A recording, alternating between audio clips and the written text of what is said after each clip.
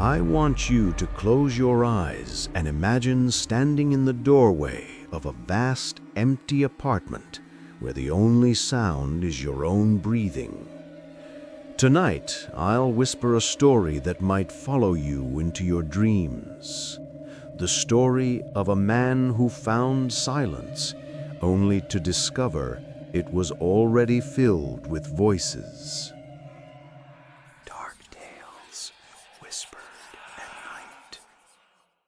Alex was a man escaping noise. For 3 years he had lived in a paper-thin apartment where the city was an unwanted roommate. He knew the rhythm of his neighbors' arguments, the bass line of the music from the floor below, the nightly chorus of sirens painting his walls in red and blue. Silence was a commodity he could no longer afford to live without. His freelance graphic design work, which demanded focus, had become a battle against a constant barrage of external sound. His escape was apartment 7B in the Blackwood building, a pre-war relic with high ceilings, crown molding, and floors that held a century of secrets.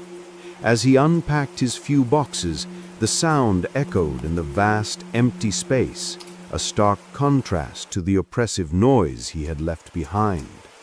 This was it, a blank canvas, a quiet sanctuary. He noted the charming quirks, a sealed-off dumbwaiter in the kitchen, a faint, almost imperceptible stain on the ceiling of the bedroom, and the way the late afternoon sun painted long, distorted shadows across the hardwood floors. He felt alone, and for the first time in a long time, that felt like peace. The first few days were bliss. The only sounds were those of his own making, a comforting domestic symphony. But the Blackwood building had a different definition of silence. It began subtly, not with a sound, but with a displacement. His keys, always placed in a small ceramic bowl by the door, were found one morning on the kitchen counter. The next day, a book he'd left face down on his nightstand was closed, a bookmark placed 20 pages ahead of where he'd stopped reading. He blamed his own exhaustion, the stress of moving. Then, on the 4th night, the building began to breathe. As Alex sketched at his desk, he heard it, a faint sigh, so soft it was like the air in the room had shifted. He paused, listening. Nothing. Just the pipes, he mumbled. But an hour later, it returned. A woman's sigh, clearer this time, coming not from the walls, but from the empty corner of the room. The next day, it was a different sound, the faint musical hum of a lullaby, seeming to emanate from the bedroom closet. When he opened the door, the sound vanished, leaving only the scent of dust and old cedar. The sanctuary was beginning to feel occupied. The voices grew bolder. One afternoon, while making coffee, he heard a child's sudden cry, "I'm cold." It was so real that Alex spun around, his heart pounding, expecting to see a small child by the window. The room was empty. The sun streamed in, illuminating dancing dust motes, and the silence that followed was mocking. His work began to suffer.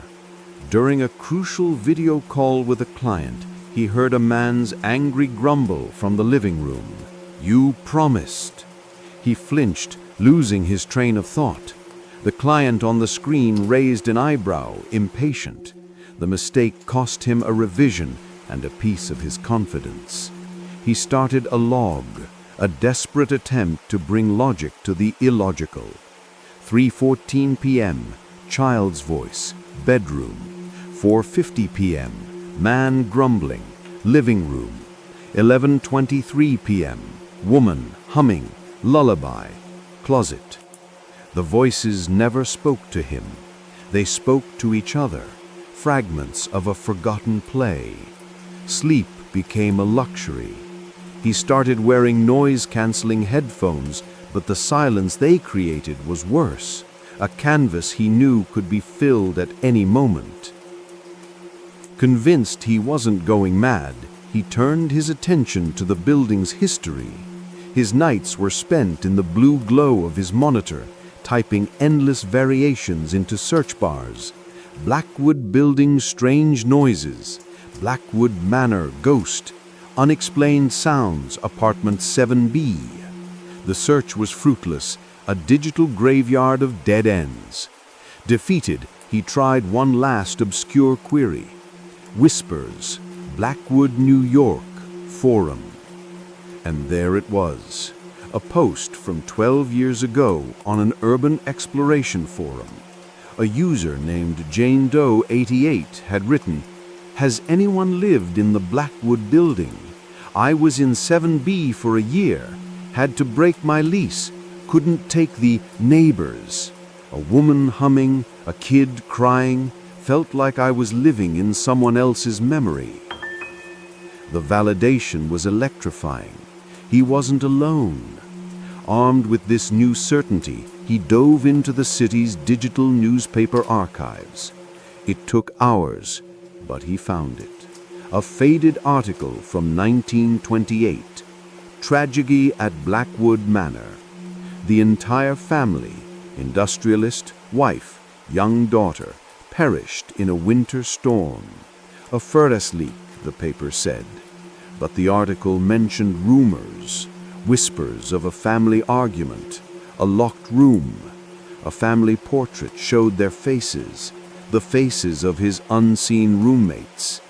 This wasn't a haunting, it was an echo, a deep, sorrowful memory imprinted on the very walls around him. That night, a storm raged outside, a mirror to the tragedy he had just uncovered. The wind howled, rattling the old window frames, and inside, the performance began. It started with the man's shout from the living room, "You promised you would keep her safe." Alex froze. Then a woman's desperate sobbing from the master bedroom. Drawn by a morbid curiosity he couldn't control, he rose and walked towards the sound. As he stood in the bedroom doorway, the crying was palpable, filling the space. Then from the smaller room, what must have been the child's, a terrifying scream. He was walking through the ghost play, a witness moving from one spectral stage to the next. The sounds overlapped, a cacophony of anger, sorrow, and fear. He stumbled back into the hallway as the sounds reached their peak, then stopped. A final deafening silence fell, heavier than any before. Alex collapsed against the wall, breathing heavily. And then, a single clear whisper, right next to his ear. A little girl's voice, not with fear, but with a chilling curiosity.